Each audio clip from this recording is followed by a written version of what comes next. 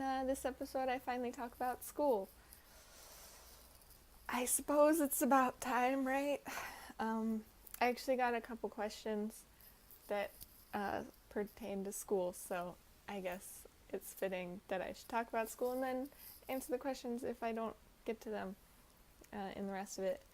But I also sent out these videos to my school so that if there's anyone that's thinking about coming here that wants to know about it, maybe they'll watch it and then they'll know what they're getting themselves into. I kind of wish I knew what I got myself into, and then I would have known how to answer the question during the placement test. But I'll get into that later. So I'll start off with the questions, I guess, and then if there's anything else I think of along the way, I'll fill that in. So what got you interested in Japan? I've just kind of always been interested in Japan, sort of.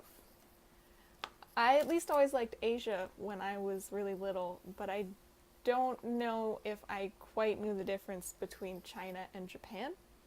I know the difference now, but I'm not sure that I knew the difference between, China, Japan, Korea, Asia. I think I kind of thought they were all pretty much the same thing, but I was always very interested in Asia. We would study Asia in not history, what was it called? Social studies, whatever that was supposed to mean. And I just liked the Asian sections better than every other section. Where are you from and where are you now? I'm from the state of North Carolina in the United States of America. It's in the southeast on the coast. I don't live on the coast though. I live 3 hours from the coast, so. But yeah. Do you speak Japanese? Ooh, that's a funny joke there. I did study Japanese for 3 years, so, I understand some things, but not everything. There's definitely a lot of words that I don't know, but I guess I know a fair amount of the grammar. At my school, all 3 years of Japanese were taught using the Genki textbooks, which are these two. And I brought them with me because I was hoping that I would be placed in the beginning class. And I was not. So I had to buy books again.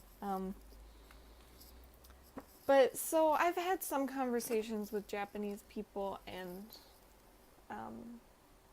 it's been okay. Sometimes they have to use a little bit of English if they know it. It's pretty hard communicating with the manager of the dorm a lot. He doesn't know any English, I don't think, and so when it comes to something that has to do with the dorm, I don't know a lot of that kind of vocabulary. That's not really something that Genki teaches, and it's not really something I've ever had to use before. So it's a little hard for that, but for most everything else that I need to do, I can survive well enough. Most of the restaurants here have English menus that they hand you if you look not Japanese, like me. You don't need a whole lot of Japanese in a grocery store, I guess, unless you're looking for something, which happened once, but some lady came up and she knew English. So she helped us find it. They really only just ask you if you want a bag, because you have to pay for the bags. So, yes, no. At 7-Eleven, too, if you get a bento, they ask if you want it warm. So it's a yes or no question. You don't need too much. And I think if you looked at them really confused, you had no idea what was going on, they would just, point at the thing, point at the food and be like, warm, hot, yes, no? Because when I first came here and I went to the grocery store, she asked if I wanted a bag, I guess, and I was like, I don't know what words you're saying to me. And so she was like, bagu, bag. And then I was like, oh, nah, I'm good, got a backpack. And one time she did ask if I came on a bike or by car. I guess because you need something from the register to unpark said bike or car, maybe. I don't know, so that was a little confusing as well. But it just took a couple minutes and we worked it out. What program are you in?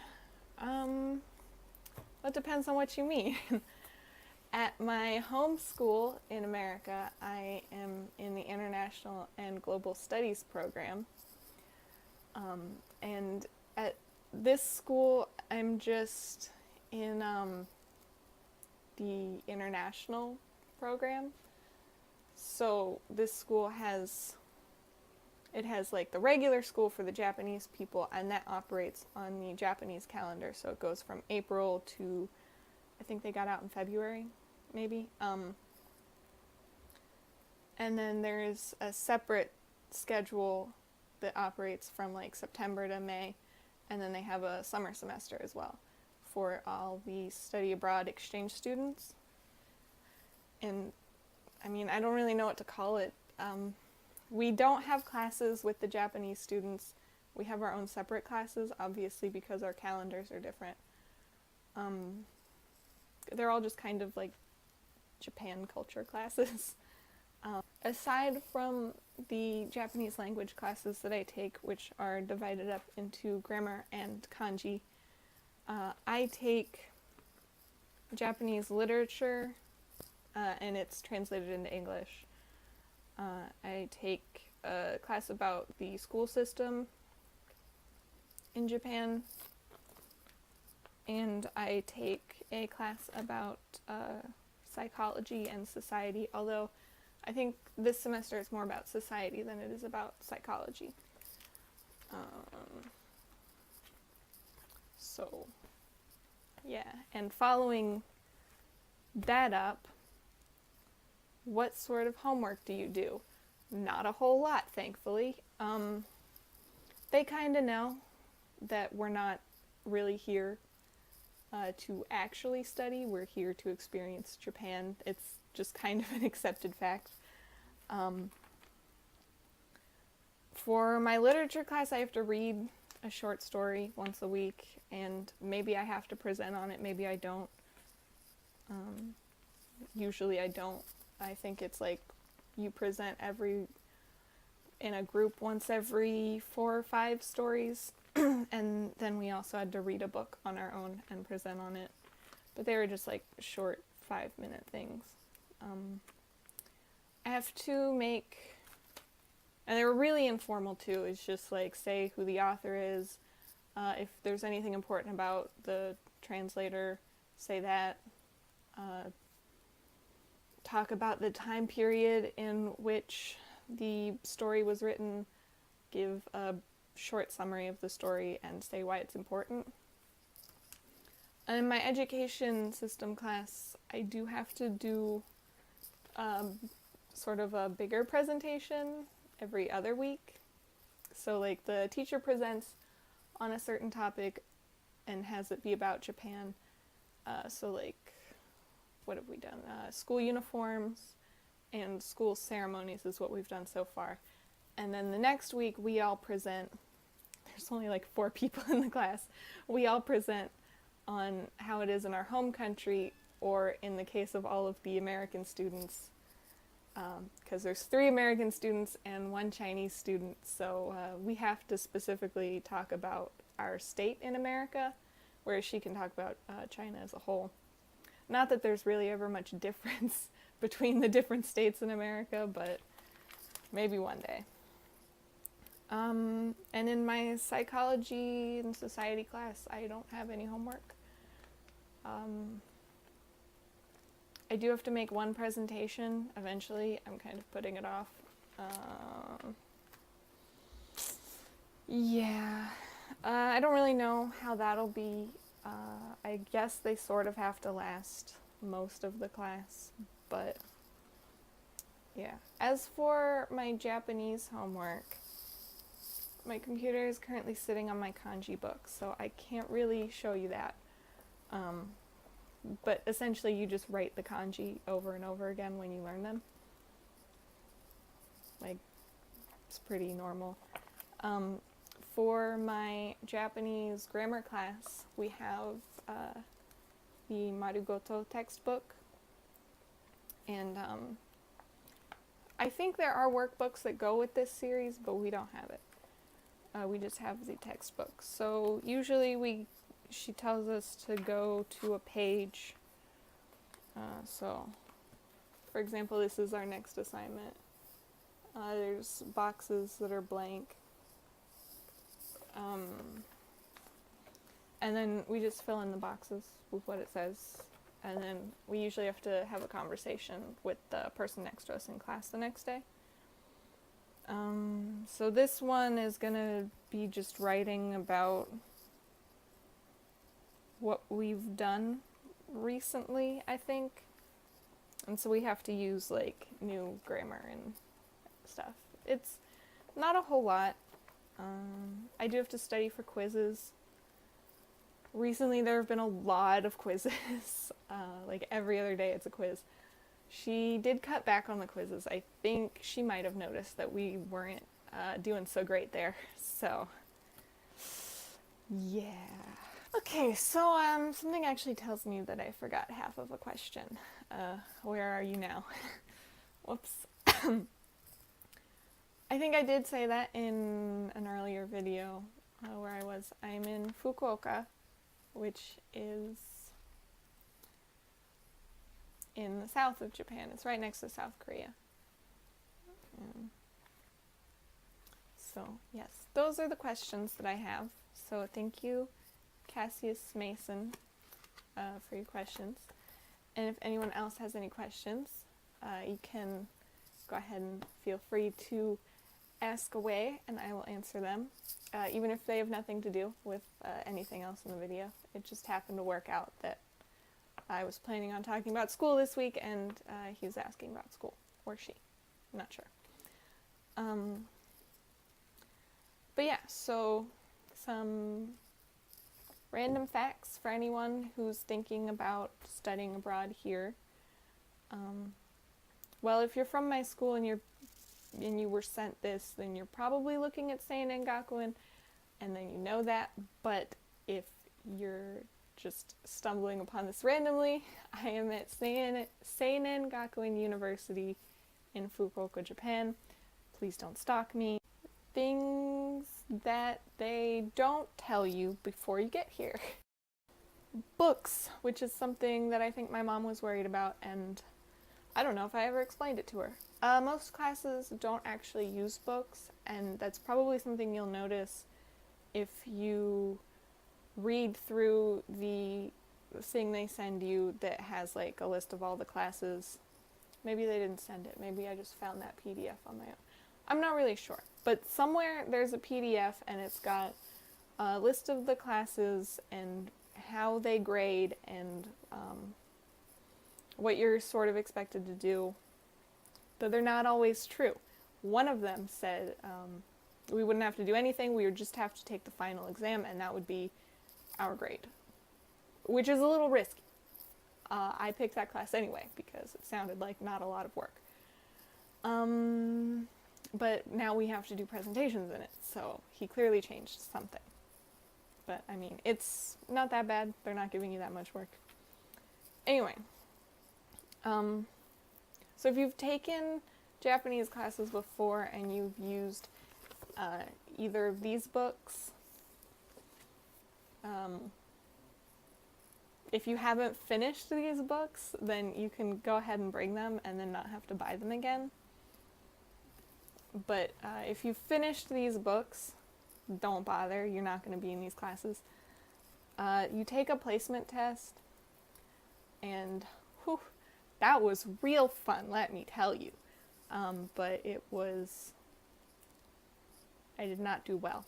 I was expecting that after having not done well, they would put me in one of the 3 beginning classes that they have, and that I would be fine. I could just go back to using one or both of these.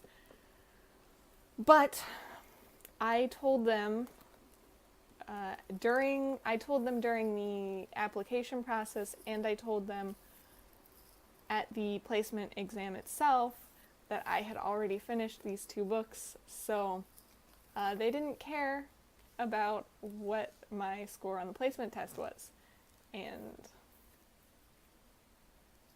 yeah, so they placed me in what they call pre-intermediate, which uses this book, Marugoto.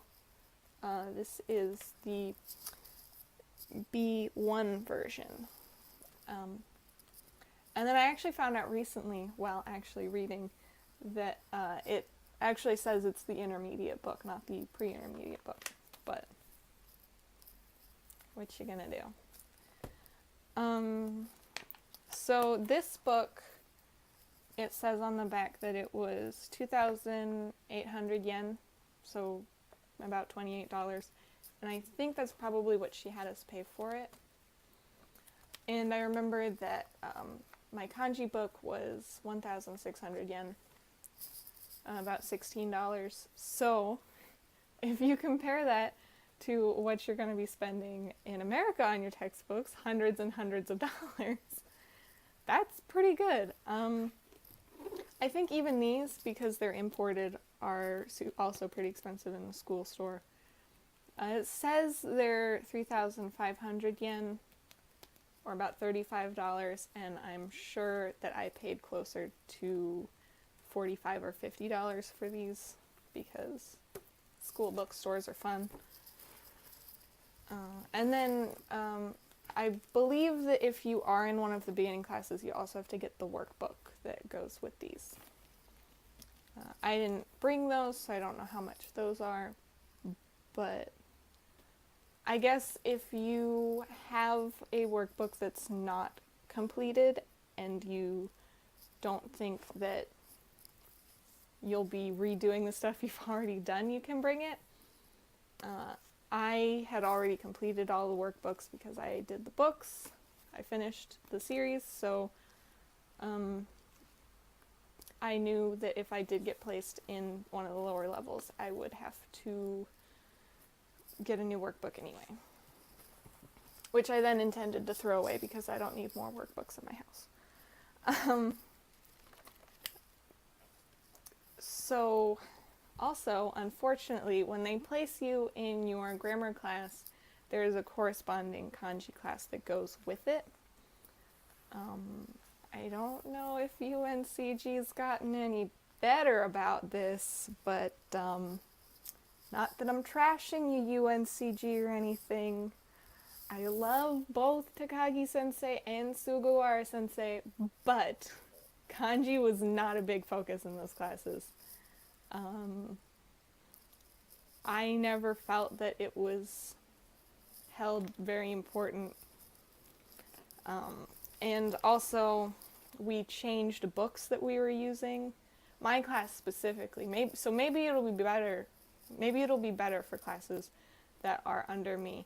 But when we started, we had a red book. I don't remember what it was called because we just called it the red book. And I'm 100% sure that that's not what was written on the title of that book, but it was red and it was just for kanji. There wasn't any grammar. So we started with that. And did we use it for 2 years maybe? 1.5 year? 1.5 year, I think. And then we got because I don't know, maybe that's what Colleen Sensei wanted to use. But then Sugawara Sensei came and I think he didn't like that book. And so we eventually started doing the kanji that's in Genki. The only problem was that where we started learning in Genki was stuff that we'd actually already done in the red book. So instead of learning new kanji, we just redid stuff we already knew. And I never really used it a whole lot, I feel. So, like, there was no emphasis on using the kanji that we knew, as far as I remember. So I just didn't use it.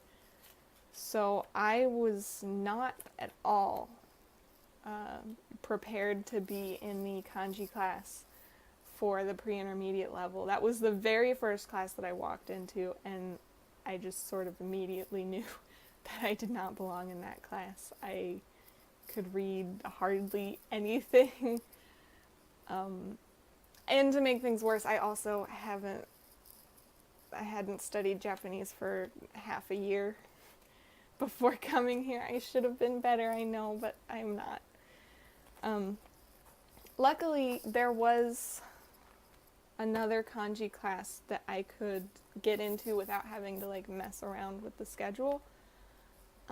Because if you look at the schedule, and they do send you this, there's colored classes and then there's white classes. And all of the colored ones are Japanese classes, either grammar or kanji. So all of the classes are happening at the same time, and some of them are taught by the same teacher, so they have to mix and match when there's kanji class and when there's grammar class.